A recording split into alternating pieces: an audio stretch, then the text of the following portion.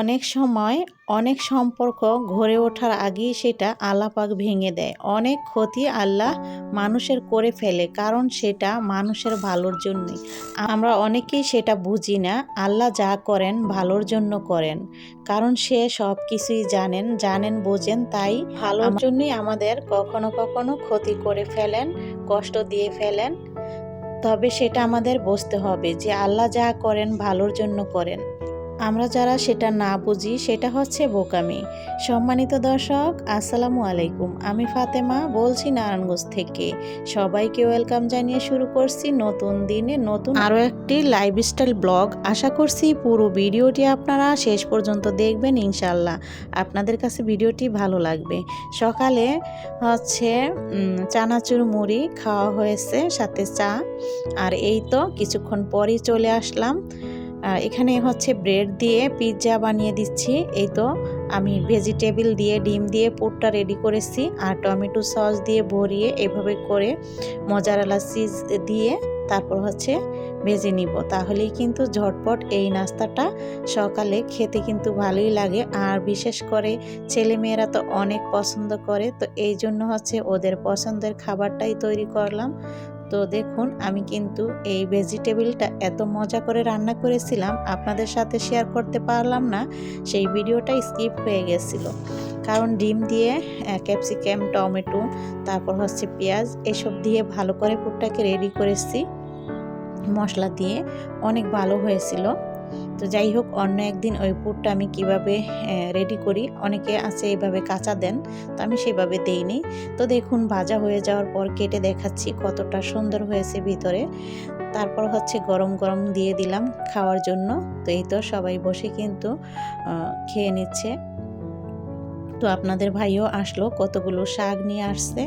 এই তো সেও খেতে বসে পড়েছে। ইয়ামিনও স্কুল থেকে চলে আসছে। এটা কালকের ভিডিও ছিল, আজকে আপলোড দিতেছি। কালকে ভয়েস দিতে পারিনি, তাই ভিডিওটা আজকে আপলোড করতেছি। আজকের ভিডিওটা আবার কালকে আপলোড করব। তো এই তো ইয়ামিনকে কেটে দিলাম, কারণ এত বড়টা ও ধরে খেতে পারবে না, তাই কেটে ছোট করে দিয়েছি। তো ও অনেক পছন্দ করে কিন্তু খেয়েছে, ওরও অনেক পছন্দ। অন্য সময় কিন্তু কোনো সবজিই খায় না, এখন যেটার ভিতরে সবজি দিয়েছি সেগুলো কিন্তু ওর খাওয়া হয়ে গেল। তো এই যে আমি গাছগুলোতে এখন পানি দিয়ে দিচ্ছি। তো সবাই তো সকালে নাস্তা খেলো, সবকিছু এখান থেকে সরিয়ে এখন টেবিলটাকে আমি ক্লিন করে নিয়েছি। তারপর হচ্ছে শোকেসটাকেও মুছে দিব। এই পাশে যে ফ্রিজটা আছে, ফ্রিজটা উপর দিয়ে অনেকটা ঘোলাটিও হয়ে গেছে, তো সেটাও ভালো করে ক্লিন করে নিতে হবে। তো শারমিন কিন্তু সব ঘরের ফার্নিচারগুলো মুছতে ওর অনেকটা সময় লেগে যায়। তো আমি যদি অর্ধেকটা মুছে কমিয়ে রাখি তাহলে ওর জন্য অনেক ভালো হয়। তো এই জন্য আমি কিছু মুছে কমিয়ে রাখি, টেবিল, তারপর হচ্ছে সুকেস, এরপর খাট, এই কিছু আর কি কাজ কমিয়ে রাখি। তাহলে ও আবার অন্য অন্য রুমেরগুলো কিছুটা থাকলে সেটা মুছতে পারে। তো এই জন্য ওর কিন্তু, যেহেতু শীতের দিন সবারই সময়ের ব্যাপার স্যাপার আছে, তো এই জন্য আমি সাথে ওকে হেল্প করি, কারণ ওর উপরে সব চাপিয়ে দিলেও হয় না। তো এই তো আমি এবার একটু সেলাই করতেও বসলাম। তো এক থ্রি পিস সেলাই করে তারপর আবার চলে যাব দুপুরকার রান্না করার জন্য। এখানে আমি গলাটা কাটিং করে তারপর হচ্ছে বক্রমটাকে একটি কাপড়ের সাথে লাগিয়ে, মানে গলাটাকে তারপর এইভাবে সেলাই করে নিয়ে এখন আবারও এভাবে কিছুটা কাপড় রেখে কেটে তারপর ছোট ছোট কাট বসিয়ে দিয়ে উল্টিয়ে নিচ্ছে, আর হয়ে গেল সুন্দর মতো ডিজাইনার গলা। তারপর উপর দিয়ে আমি একটি চাপ সেলাই দিয়ে দিব।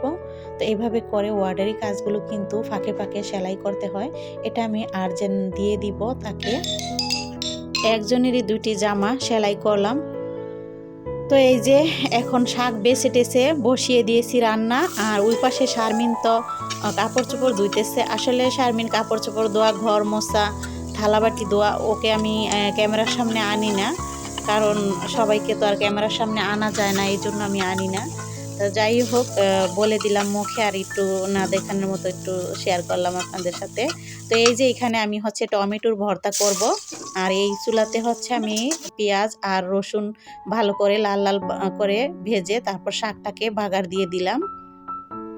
এই পাশে আমি পাঙ্গাস মাছের ভর্তা করব, এই জন্য মাছকে লবণ মাখিয়ে ভেজে নিব।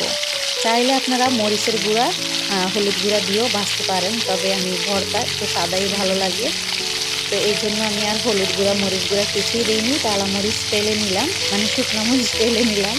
আর এই তো এখন হচ্ছে মাছগুলোকে চেপে চেপে ভালো করে ভেজে নিচ্ছি। আর এই তো টমেটোর ভর্তা পাঠায় বেটে তারপর বানানো হচ্ছে। তো এই ভর্তাটা আমার মেয়ে করতেছে।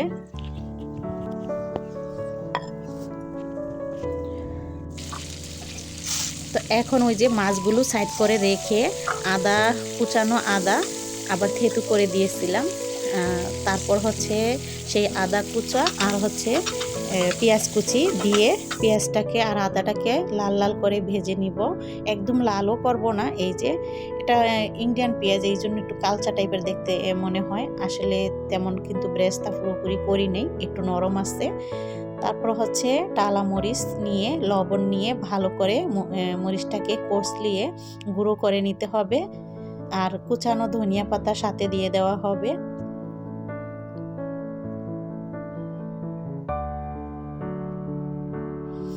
মরিচটার সাথে হচ্ছে ধনিয়া পাতাটাকে কষলাতে হতো, সেটা আমার মেয়ে করে নেয়, আমি হলে সেটা করতাম, যাই হোক বোঝে নেয়। তেলের সাথে পেঁয়াজটা যে এই জন্য ধনিয়া পাতাটা কিন্তু এরকম রইল, ওই যে মরিচের সাথে কষলিয়ে ফেললে সুন্দর হতো। তো এই যে এখন হচ্ছে কাটা বেছে, মানে এটার কিন্তু কাটা ছিল না, যেহেতু বড় পাঙ্গাস ছিল, আমি বড় কাটার সাইড করে মাছটাকে কেটে নিয়েছিলাম, এই জন্য এখানে কোনো বড় কাটা নাই।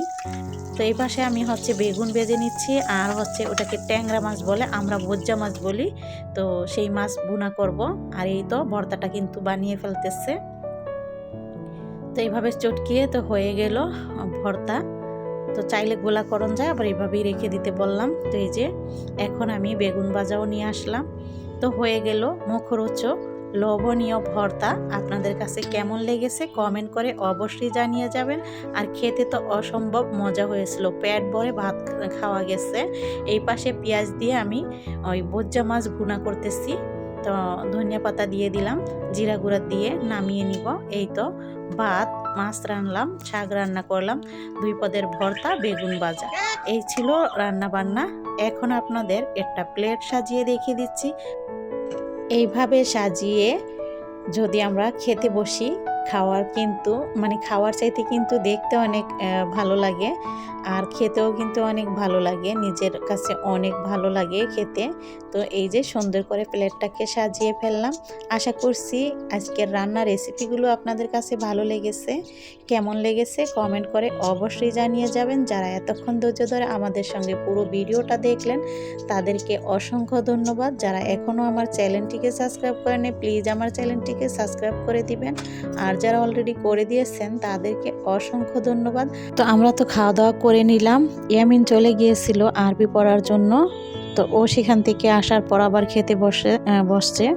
তো এপাশে আমরাও এখন খেয়ে দিয়ে উঠলাম আর থালাবাটি ধোয়ার জন্য চলে গেলাম। খাওয়া দাওয়া শেষ করে থালাবাটি ধুয়ে সুন্দর করে জায়গায় গুছিয়ে আবার রেখে দিতে হবে, আর টেবিলটাকেও ক্লিন করে নিব। খাওয়া শেষে প্রতিদিনই কিন্তু টেবিল ক্লিন করা, থালাবাটি ক্লিন করা, এই আমাদের কাজ। সবাই ভালো থাকবেন, এখানেই বিদায় নিচ্ছি। আল্লাহ হাফেজ।